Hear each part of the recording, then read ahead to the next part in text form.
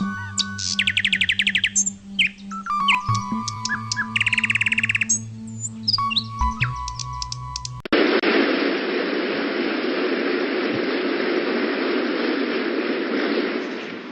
manifests the spirit of this great nation, which is, in Abraham Lincoln's words,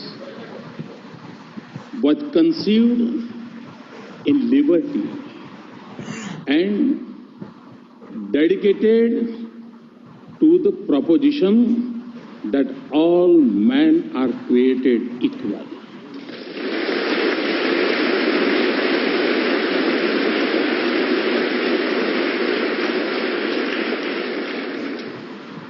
In granting me this opportunity, you have honored the world's largest democracy and its 1.25 billion people.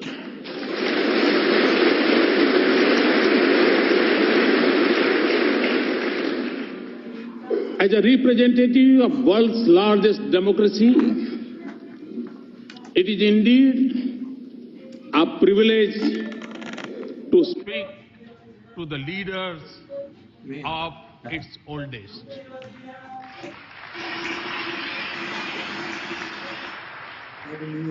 Mr. Speaker, 2 days ago, I began my visit by going to the Arlington National Cemetery, the final resting place of many brave soldiers of this great land.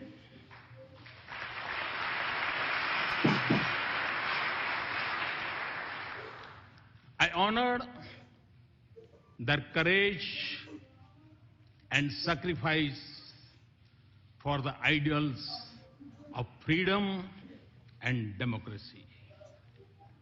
It was also the 72nd anniversary of the D-Day. On that day, thousands from this great country fought to protect the torch of liberty.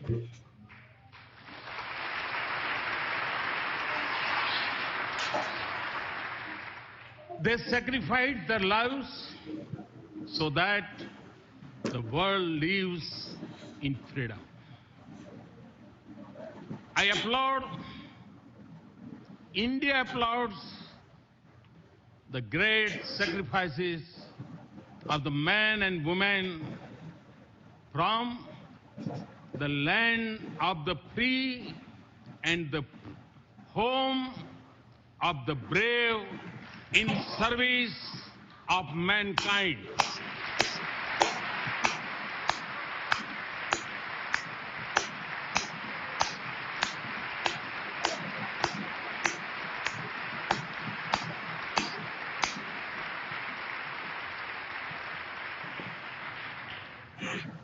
India knows what this means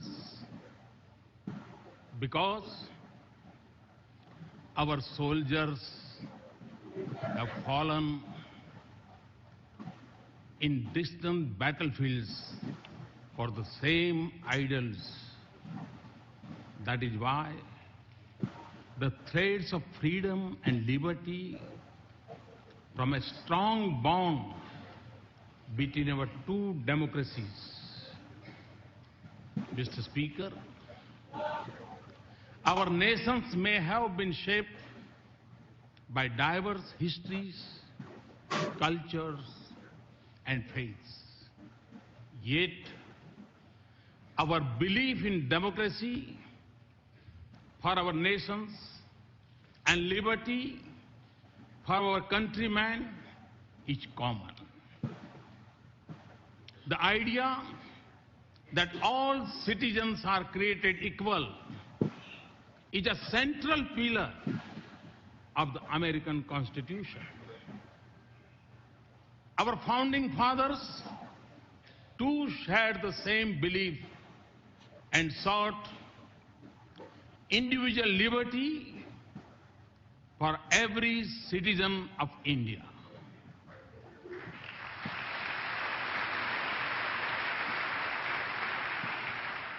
There were many who doubted India when, as a newly independent nation, we repose our faith in democracy. Indeed, wagers were made on our future.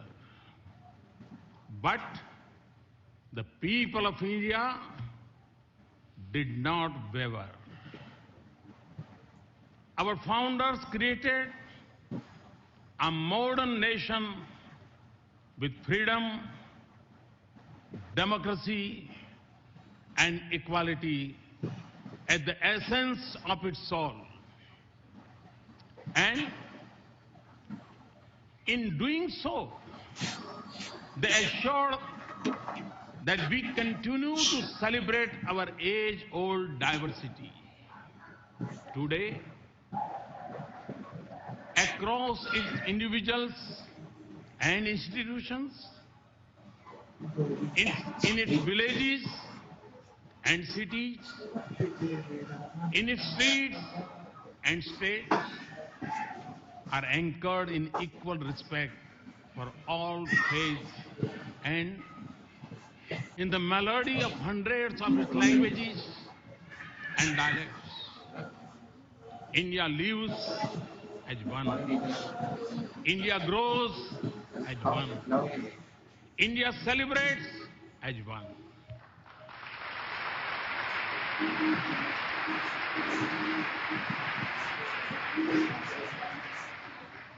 Mr. Speaker, modern India is in its 70th year. For my government, the Constitution is its real holy book. And in that holy book,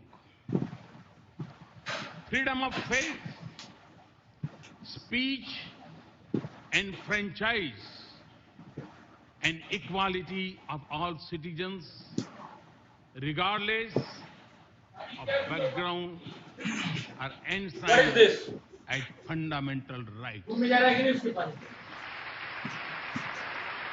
direct conference हो रहा है क्या recording कर रहे हैं 800 million of my countrymen may exercise the freedom of franchise once every 5 years. But all the 1.25 billion of our citizens have freedom from fear, a freedom they exercise every moment of their lives.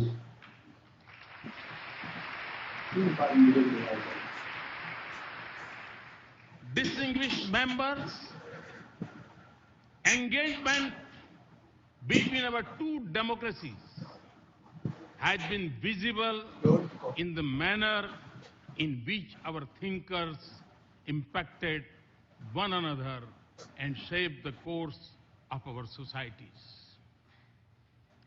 Thoreau's idea of civil disobedience influenced our political thoughts. And similarly, the call by the great sage of India, Swami Vivekananda, to embrace humanity was most famously delivered in Chicago.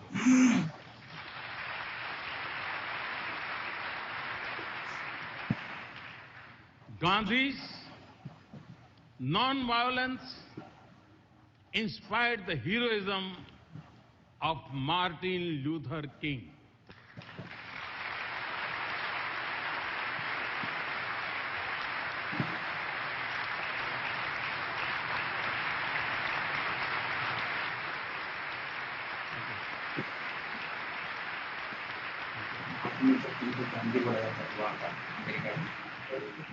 Today, A mere distance of 3 miles separates the Martin Luther King Memorial at Tidal Basin from the statue of Gandhi at Massachusetts Avenue.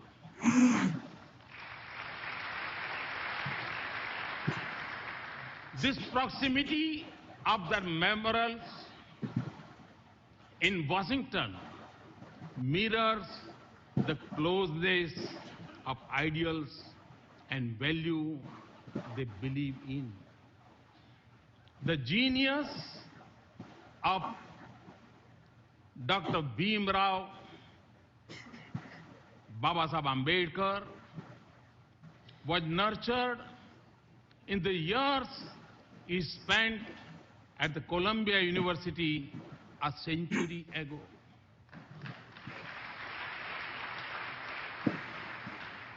The impact of US Constitution on him was reflected in his drafting of the Indian Constitution some 3 decades later.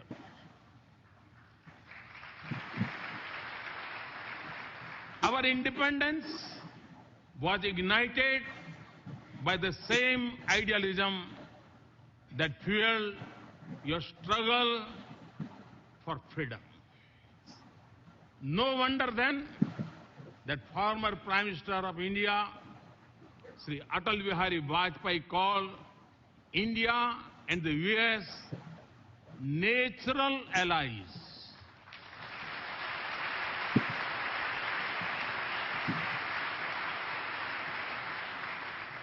No wonder that the shared ideals and common philosophy of freedom shape the bedrock of our ties. No wonder then that President Obama has called our ties the defining partnership of the 21st century.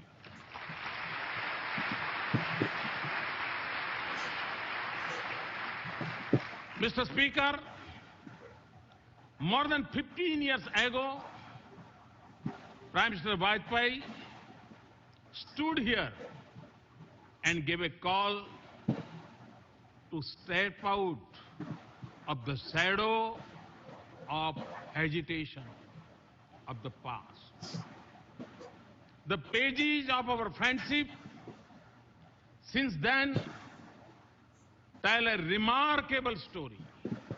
Today, our relationship has overcome the hesitations of history.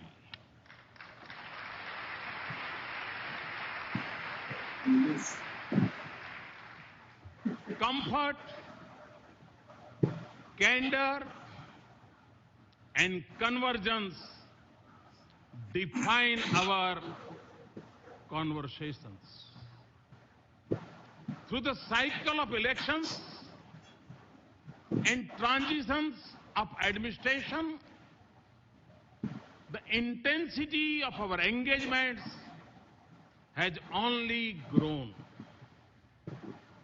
And in this exciting journey, the US Congress has acted as its compass. You have helped us turn barriers into bridges of partnership.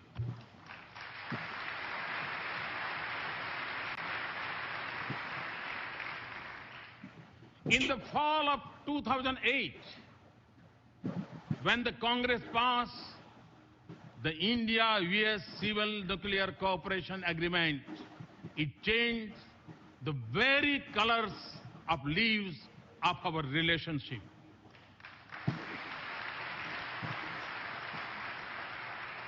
We thank you for being there when the partnership needed you the most. You have also stood by us in times of sorrow. India will never forget the solidarity shown by the US Congress when terrorists from across our border attacked Mumbai in November of 2008.